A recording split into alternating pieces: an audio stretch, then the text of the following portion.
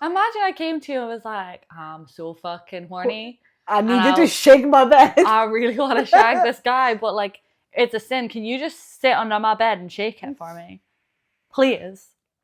I would be like, you okay? Do you need me to float someone? Do you need help? Nobody will help if you find too close to the sun, 'cause you're gonna get burned.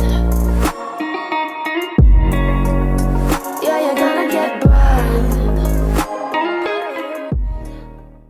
Am I the asshole for throwing a tantrum, in inverted commas, because my child wasn't invited to a child-free wedding? Now from that, first thoughts. You'd think you're the asshole. Your child was like, it's a child-free wedding. If I told you already and you're completely aware of the fact that children... child-free, like obviously it's a child-free wedding. But there's a plot twist in this? There's a plot twist. My sister is getting remarried and she wants a very small wedding with only immediate family. Yesterday we got her wedding invitation and to my surprise, it said that the wedding is child-free and my child isn't invited. My child is 17 years old, going to be 18 very soon. So it's not a child. By the way, my child is the only one under 18 in our family and in the groom's family. So she is the only one being excluded. I called my sister and asked her if she is freaking serious. She said, I'm sorry, but we've decided that we want a child-free wedding. I told her to just say you want a my child-free wedding and get over with it because this is exactly what you are doing.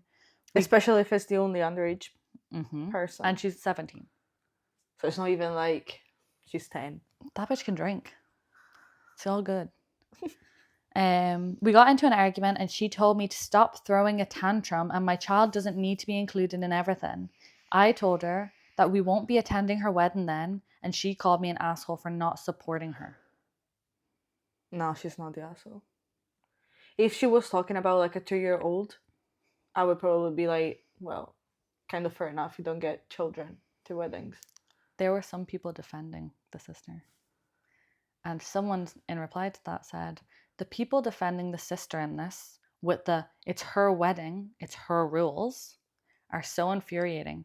It's antisocial behavior, exclusionary and just shitty. I'm proud of you for defending your daughter. The people acting like she's not a person with feelings, an entire human being because she is 17, are entirely disgusting and there's absolutely no justification for it. Mm-hmm. I wouldn't support my sister doing that either. This isn't some friend of the main person. This isn't some friend of the main person's daughter, isn't some auxiliary guest. She's a member of the family and the only one being excluded. You're definitely not the asshole. Now, the person who posted it replied saying, I'm convinced that Reddit hates kids. They are all acting like my daughter is a monster and should be shunned because she checks notes. Is a bit quiet. She said that she checked what they said. Yeah. Oh. So a lot of people were saying that she's the asshole, but in all together, it came up that she's not the asshole. Well, yeah, I would hope so. But a lot of people were saying it's the sister's wedding, it's her rules, it's her choice, and the kid is a kid. To me, a 17-year-old, I moved to Edinburgh when I was 17 with 100 quid. Yeah. That my parents gave me, and they were like, right. And I was like, awesome, bye. And I went off and started a life. Like, if someone didn't allow me to the wedding because I was a child, oh my God, they'd be out of my life. Like, we're talking about 17 years old.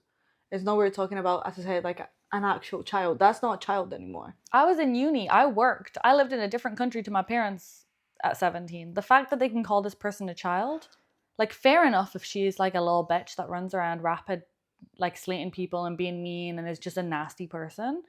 Fair enough if you don't want her there. But if she's just part of the family, normal as ever, whatever the fuck's going on, just because she's 17 and legally can't drink. It's the only member of the family basically not invited. So there's no stand that invitation on purpose just to send a message and be like, I don't want your child there. Literally. Fair enough if there was like little kids and they were like, oh, could your daughter babysit them?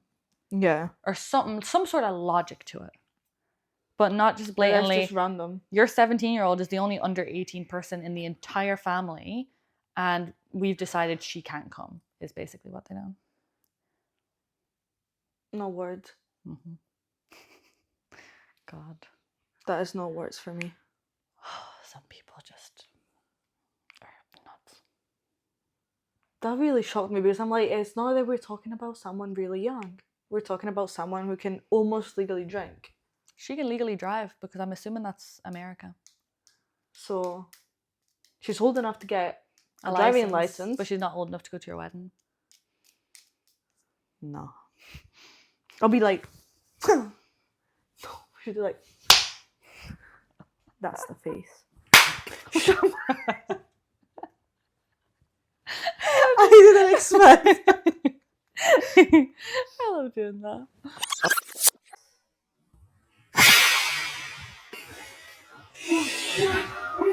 Oh no. This one is kind of 50-50. I don't really know what I think about it. But I love these. it's not My answer major. is always they're all the asshole. Am I the asshole for expecting to stay the night with a date? Okay. So at first you will say like, well, you can't expect to stay at that person's house. You're but already the asshole. I had a first date arranged for the weekend. Oh, first date? Yeah. Oh, you're definitely the asshole. I'm currently staying at my friend's spare room as my apartment flooded. He doesn't have a spare key, so all he asks is that I'm back in the house by midnight. So he has to be up early for work. So he can be up early for work. If I'm not back, I won't be able to get into the apartment. So that's the only rule he has. Okay.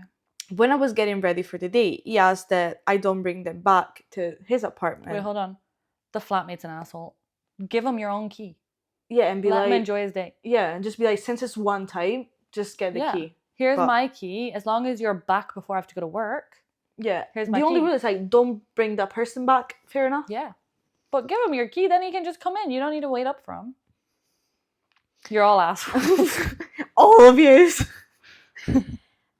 When I was getting ready for the day, he asked that I don't bring them back to his. And if I come back, it has to be by midnight. So Okay. I was fine with it.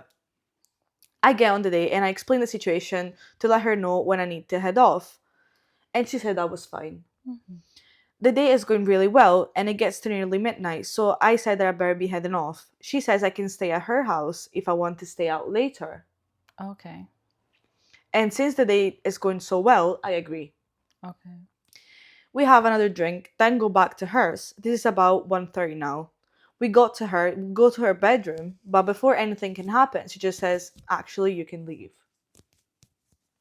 He could have just slept on the fucking couch. He didn't need to go to our bedroom. I ask if everything alright, and she just repeated for me to leave. I mentioned that I have nowhere to go now, and the cheapest hotel is over £200 for a night. So I can't get an hotel. She just repeated again to leave and says that I'm trying to manipulate her into letting me stay. I point out that's not what's happening, and she was the one who said I could stay. I mentioned that I'm fine sleeping on the floor or the sofa, but I don't really want to be on the street all night. Which, fair enough. She just repeats that it's not her problem and to get out. She says I was out of order for trying to manipulate her. Am I the asshole for expecting to stay at my date's house? I take it all back. Her and the flatmate are the asshole. And people say, no, you're not the asshole, but since it's her place, she can ask you to leave at any time. She's the asshole.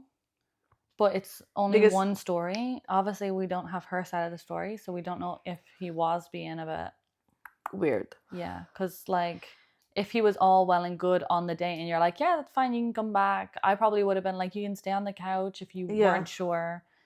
That's fine. But if he did start getting creepy, then yeah. But why let it... Like, It's the first date. She should have just been like, yeah, that's fine, go home.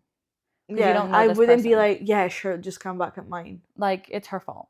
She's the asshole. Because like, She he could have shouldn't- just He could have went headed home. off, yeah. Obviously, I'm sure there's another side to it, but based off of this, she's the asshole. She should have let him go home Because or people, let him there's like sleep on the fucking two floor. sides. Someone says like, no, you're not the asshole. You were completely fine. I It was her fault. understand that like it's her home. She can ask him to leave at any time, but she has caused him to now be homeless, Yeah. and she could have. So I would be like, look, I don't feel comfortable with you sleeping in my bedroom, so can you sleep on the couch? Even Yeah. in the fucking bathroom. Literally, if I need to. just let him But, stay in the yeah. building so that he can He sleep. even said and like, go I can home. even sleep on the floor as long as I'm not Yeah. on the streets. Like if this story is actually what happened, she's the full asshole, fully, completely asshole. Like it's the first date. Don't be stupid. Don't tell a man that he'd come back to your home when you know that he's not going to have anywhere to go. Yeah. When you don't know him.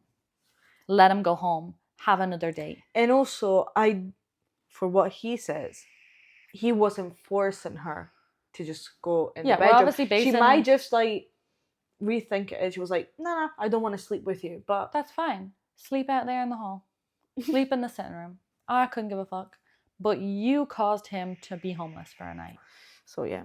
Based off of this side of the story, if this is what is true, she's the asshole. Completely and utterly. But okay. There's no update, so we don't know if he slept outside. I have an interesting one. I think I didn't read it all. I was in work. Husband, 30, male, hit me, 24, female, while holding baby, 4 months. Or 4 male. I'm not too sure. I'm assuming 4 male. But it's baby, so 4 months. I don't know. One or the other. During argument. Before bed, at 4 a.m., That's a bit late. our baby woke up unexpectedly. Okay. I took over feeding as we bottle feed her. Just before I proceeded So to it's feed 4 her. months. Yeah. Just before I proceeded to feed her, my husband jokingly said that I would be the one handling the next feeding in the morning. Neither of us enjoys early mornings or early morning feedings due to the limited sleep we get, and falling back asleep can be difficult. I value time with our baby, but frequent interruptions drain me. As a light sleeper, falling asleep takes time. Our baby's feeding routine lasts 40 minutes to an hour and a half. Late bedtimes result from our work. Okay, so they're obviously working late. When my husband suggested I handle the morning feeding, I felt disappointed but didn't vocalize it. Later, I carefully asked if he could handle the next feeding instead, emphasizing my need for uninterrupted sleep. His response was nonchalant, stating I could decide. So as in like, it's up to you. I think. Sensing his reluctance, I insisted that I truly needed uninterrupted sleep and requested that he take care of the morning feeding. He responded with questioning my desire for 7 hours of uninterrupted sleep. Feeling offended, I explained that I hadn't had a full 7 hours of sleep in quite some time, unlike him, who has been getting 7 hours of uninterrupted sleep almost in the entire week. My comment upset him. He argued that my pumping routine would disrupt any hope for uninterrupted sleep.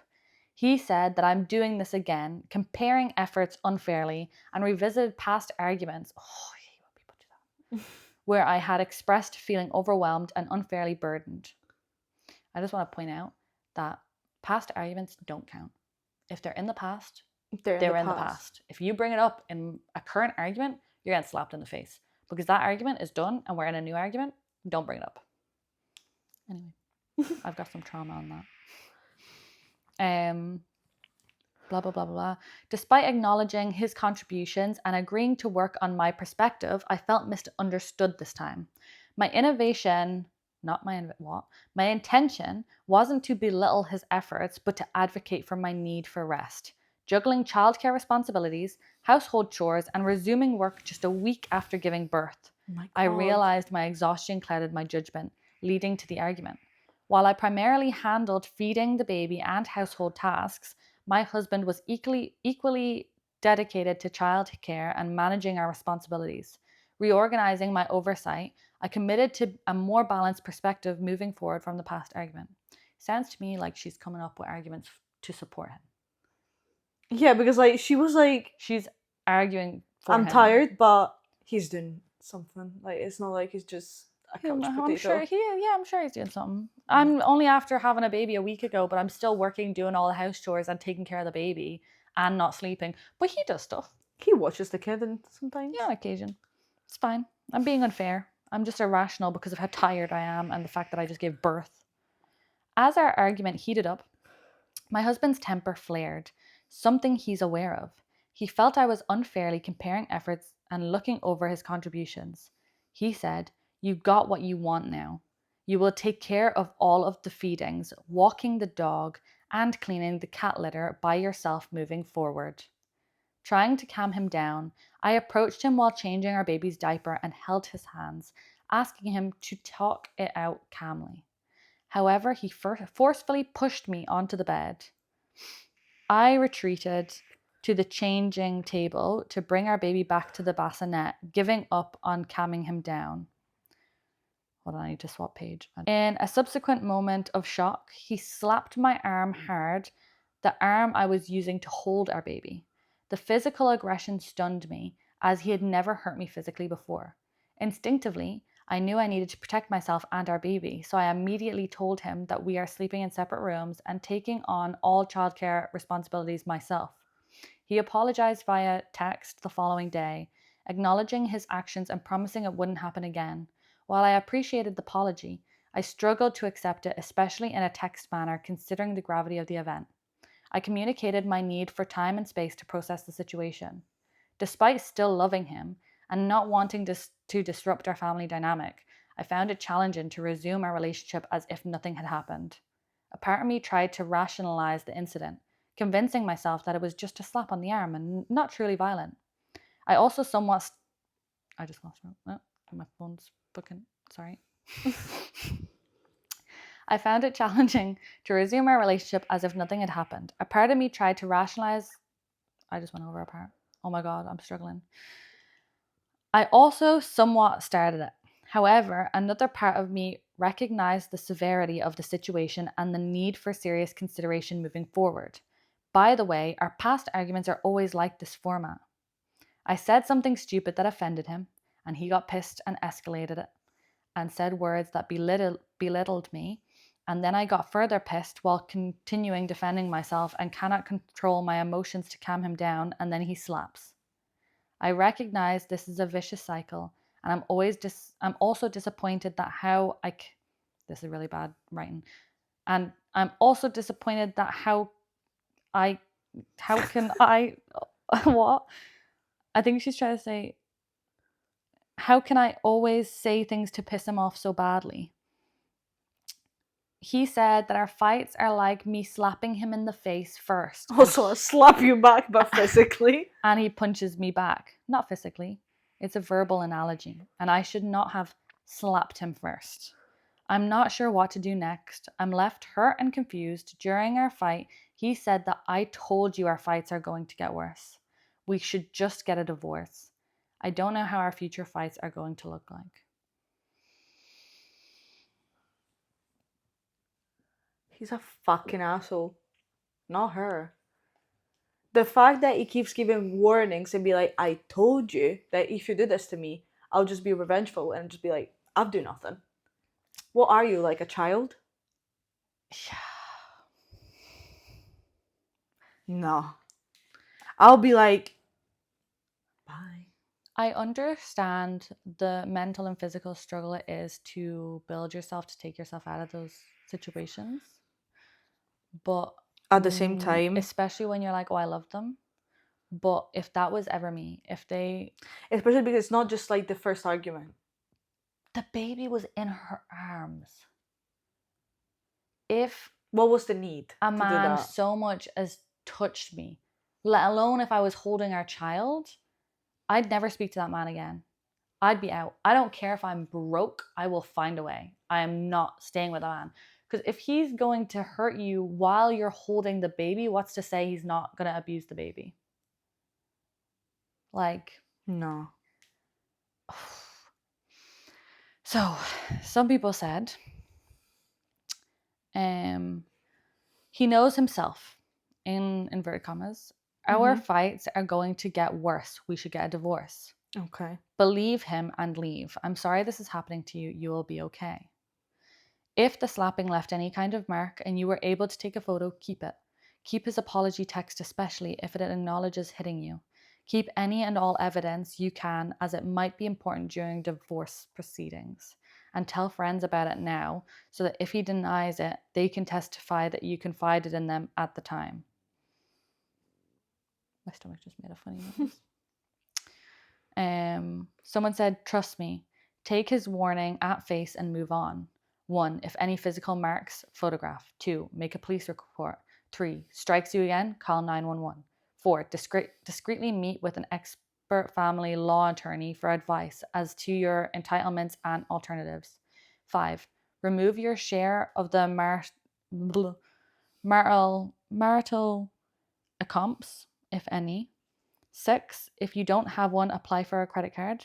7. Discontinue sexual relations. Don't allow him to baby trap you. 8. Try to stay with a family member for now and let everyone know he assaulted you. Dear God, he has you believing you make stupid arguments because you're asking him for help with the baby due to sleep deprivation. What a sick man he is. When it comes to domestic violence, there's something covering We the will word. need Zara here. Yeah, we would need Zara. The first time is the last time. He's even threatened you that it's going to get worse. Yeah, that's what I'm saying. The fact that he's given like warnings and be like, be really careful because it's gonna get worse from now on. I would love to have Zara's viewpoint, but I feel like it would be very, very similar to mine. Well, no, and no, sorry. She always says to me, she would say, it's always really difficult because you never know what people are going through, and it's really, really hard to, when you're in those situations, to get out because you may have been mentally abused, first of all, over many, many years. And it takes you realizing that you need to and want to escape to take on that help yourself. Yeah. And if you try and help someone that's in that situation, there's no point because there's nothing you can do. If you try and convince them, they'll defend it in their own mind because they have loved this person and been mentally abused by this person. It's not a case that they can just be like, you hit me, I'm done, goodbye. Because there's been manipulation. Like, it's easy for us to say to just leave because we're not in those years and commitments, whereas they are, and it takes a lot of courage and understanding for them to seek help and find a way out of it. In Scotland, women are quite lucky. There's women and child council housing and stuff like that for people who have been in abused relationships. My sister actually works for the Women's Scottish Women Aid Helpline, and has dealt with a lot of this kind of stuff. And so there is a way out. Like, there's always a way out, but there's always the fear of them coming back and them finding you and them coming after you, and also the fear of how does it actually, like, the kind of like justice system works around that? Because, for example, in Italy, you might have a restrictive order and be like, this person has been abusive, I wanna just be away from this person. You might have a restrictive order, but it doesn't always apply to everything. Definitely call a helpline because they'll have all that information. The first thing you do, I think, if you have figured out any sort of thing, even if you're like, it was just something small, it's never happened before. But you can just call them and ask and advise and be like, so what that do you think this is? In case it does become something bigger. Yeah. Like, even if you're like, it was just something small, I'm still happy to stay. I've got a family, like, I need to take care of them. Call a helpline and ask their advice and for precautionary measures in case it happens again and it becomes a continuous thing. Always call too. If you're too afraid to do yourself, you can even get someone to phone for you and explain your situation and get advice. Exactly. If you're too scared, because like sometimes in these kind of relationships, your phone is kind of controlled. Yeah. So, you're never alone enough time to be like, I can phone in peace and quiet. Yeah. So you can even get someone to phone for you. Yeah, there's text things, there's websites, there's calls. and most of them are anonymous, so you don't have to say Yeah, you don't need to who give you any are, information. where you live. Yeah, you can ask someone to do it for you. But there are loads of ways. It's just a case of doing it. Am I the asshole for letting my boyfriend do what he wants? My boyfriend, 29, and I, 20, are in a kink-based relationship where I am the dom. He's got a huge service kink and financial domination, so he basically does all the chores and pays the bills and stuff. Nice Love one. it. We live with some of my friends from college who all know about this arrangement and they're fine with it and take part. Like, he pays the rent for all of us and does all the cooking and cleaning and God. laundry for all of us. I These need to are be friends with these people. I know. Vlad. You need to get your shit together. And pay for everything. This arrangement has been fine for all of us, and my boyfriend loves it. So Okay. they're saving money. I would be quiet and be like, even Yeah. I check in with him regularly. And it's what he wants. So he's fine with it. Yeah. But recently, one of the girls started seeing someone, and she told them about this arrangement. And I guess he said how weird it is because she came from a date with him and started telling me how this is kind of shitty and the fact that I treated my boyfriend so bad and now I'm taking advantage of it. But if it's an agreement, it's not taking advantage of it, is it? Yeah, no. I tried to tell her that she know that my boyfriend loves this and that's what he wants, but she said I'm just being abusive, which I think is a bit far. I pushed back and she basically been annoyed at me this entire week. Am I the asshole? No. As long as you're checking in. Like, And he's still okay with it. and offering help and stuff like that and being like, I can And help, also, what made change her heart like so quickly? She's been fine with it. until she started dating this guy who then told her his opinion. It sounds more like the flatmate's corrupt and she's just taking on this guy's opinions. Is your boyfriend rich as hell or something? Literally. Like, how is he working, doing all the chores, cooking, paying for everything? See, there's some of these like super businessman, like rich and famous. Some of them have this kind of kink. They want to be dominated because they're always like in. Where are all these men? We want to know them. They want to be controlled outside work because they tend to be like in control of everything in their workplace. Yeah. So when they're outside, they be like, "Control me, baby." Spend all my money. But I don't think it's so bad. I don't think she's It's the like asshole. sugar daddies. As long as she's checking in. What do you think about sugar daddies? Because I had that conversation with my partner, and he said it was like fair enough.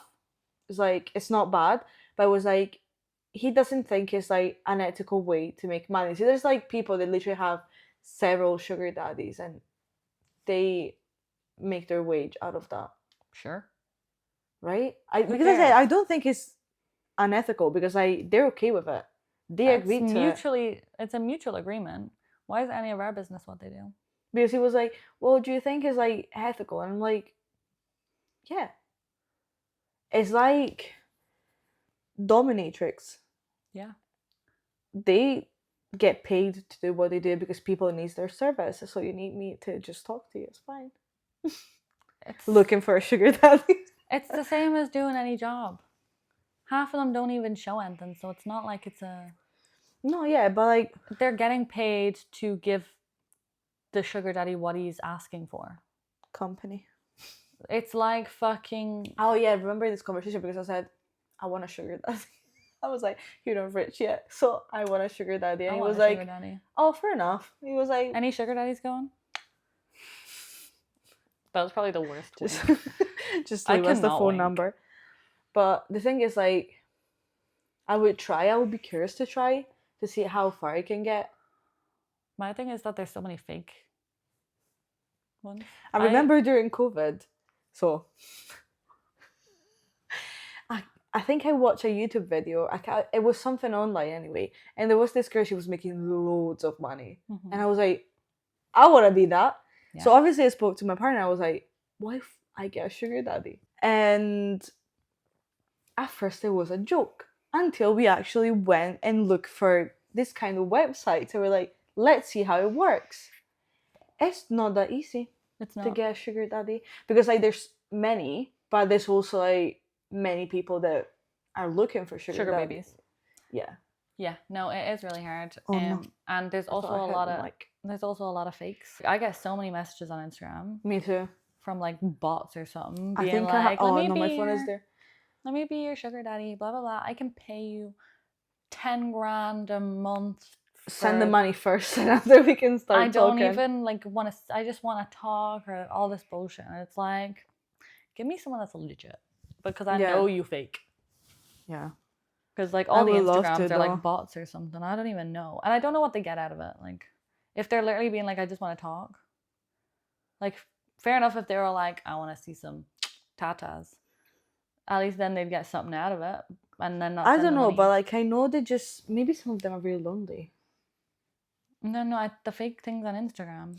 Oh, okay. I Unless thought it's the a real way of one. them being able to like hack them or something. No, I know because like I remember when I was looking for these things, I think someone at some point texted me and being like, "Oh, I want to be your sugar daddy," blah blah blah. So obviously I went to. I was like, "What should we do? Should we say yes?" And we tried. And we said yes, but they ask you for money first. Oh, did they? This is 'Cause why, like I've they're had fake. conversations with them, messing, because I know that they're all fake. So I want to see how long it takes. Before to catch them. Yeah, and I'd just get bored. I'd be like, oh hey baby, what you want? Should we do it? Yeah, one episode. We'll just start Trying to get a sugar daddy. Yeah. Sure. To finance the podcast. There we go. Yes. I've Just even looked into fucking Feet Finder and shit like that. If someone wants to pay me for my feet, I fucking hate feet, but I'll do it. Like, That's true. I hate feet. it's really hard. Really? Yeah. Go on OnlyFans. Starting OnlyFans. Just look at your feet. Nobody notices you. Oh, we can give a little update. So today we found out that obviously at this point in time, while we're recording, our episodes are not out. They will be in a little bit of time. Yeah, we're just getting a bit of. Yeah. We're getting into it before we start posting them. Instead of being just like awkward. And getting we're new at this. We're getting the editing down and all that good stuff. And So being prepared. and in the meantime, we opened our social medias, and if you don't follow us, just go and look for us 2 chicks, 1 pod. everywhere. And we're the only one with the cute pictures. Yeah, with a little mic. And Pretty colours. to try to see how people feel about the podcast, if we should, I don't know, change something. Also to try and learn how to edit, how to post on TikToks, Instagram, and Just things like that. Playing with it, basically. Before we get the episodes out, since it takes so long to edit them. Yeah. By the way, this is like a second full-time job. This is so much work. Oh my god. Like, I feel like I literally had the notification on my phone saying that like my screen time went up 20% last week. Like, so just saying, I'm literally sat in work, like secretly trying to do stuff. like TikToks, just like that, edit. 1 AirPod in, like, yeah. But I'm not. literally, And then I'm here like nearly every single day to trying try get to through record this. stuff. Yeah. And today, right before this episode, we got informed Oh, that people found us on social medias, just our TikToks and Reels and stuff like that, our Instagram profile. We were a little bit freaked out. Even though we It said was like, really I funny. hate you. We're actually a little bit freaked out because until it was like nothing is actually out there, we're just like, Nobody's watching this yet, so we're just chilling. and at we're the just same laughing time, at we're like, ourselves. But now And we're we're like, this is weird. but like people the are thing is watching like we us. owe the people that we were expecting to get to our social medias To, first. like, come across us, like friends, like girls. Yeah, because like people that we actually follow and like follow that have us. mutual friends, like that. But kind of this stuff. person was just like so random. Yeah, the person that ended up finding us And- and spreading it to everyone and- was the most unlikely person ever. And we were like, how is it? Like, he Like, must like at this kind of first content. we were like, oh my god. And after we were like, How Wait, how did he even get to find that? us? Because I Obviously, being new, we don't have a lot of like knowledge content, and we yeah. don't have a lot of people that know about us yet. And also, like, we don't like. I don't really know how the whole algorithm works. Like, yeah, but how obviously do you it's to get do with what you suggested? like. You get suggested kind of stuff you like. Yeah. What was it for Anyway, this episode? if you like the Am I the Asshole episodes, or if there's anything in particular that you want to hear from us, comment down below and let us know. Also, like if you enjoyed the video, because that's how we know what you like to see. Bye.